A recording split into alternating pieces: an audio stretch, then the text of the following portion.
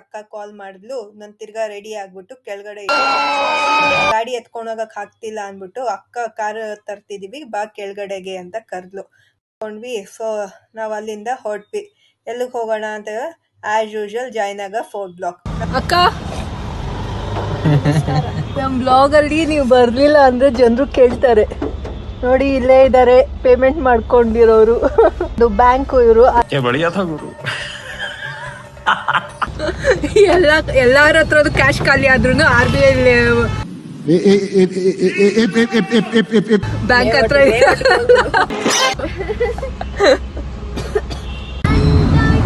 Guys ನೋಡಿ ನೋಡಿ cold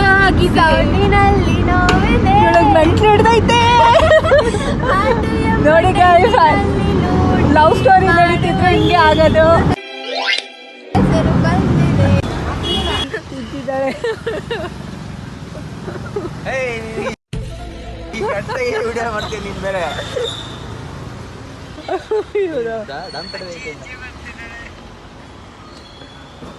guys ನೋಡಿ ಮಳೆ ಬರ್ಬೇಕಾದ್ರೆ ನಾವಿಲ್ಲಿ ತಿನ್ನಕ್ ಬಂದಿ.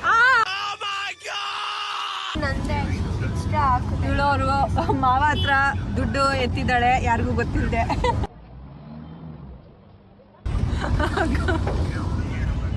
ಮನೆಗೆ ವಾಪಸ್ ಹೋದ್ರೆ ನನ್ನ ತಮ್ಮ ನೋಡ್ರೆ ಸಡನ್ ಆಗಿ ಎಬ್ಬಿಸ್ಕೊಂಡು ನನ್ಗೇನಾದ್ರು ತಿನ್ಬೇಕು ಎದೋಳು ಅಂತ ಇನ್ಫೆಕ್ಟಿಗೆ ಕರ್ಕೊಂಬಂದ. ನಂಗೆ ಸಡನ್ ಆಗಿ ಜ್ಞಾಪಕ ಬಂದಿದ್ದು ನನ್ನ ಫ್ರೆಂಡ್ ಫುಡ್ ಟ್ರಕ್.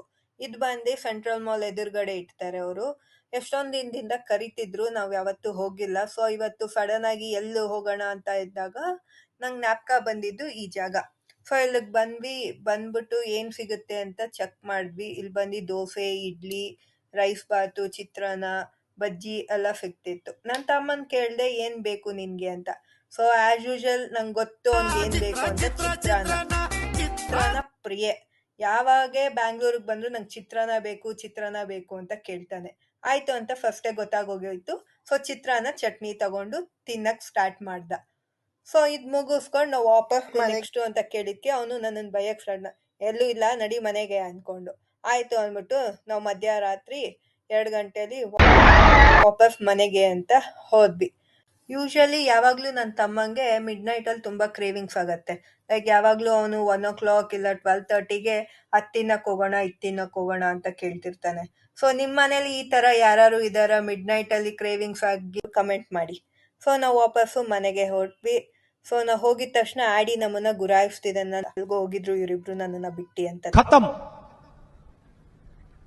ಬಾಯ್ ಬಾಯ್ ಟಾಟಾ ಗುಡ್ ಬಾಯ್ ಗಯಾ.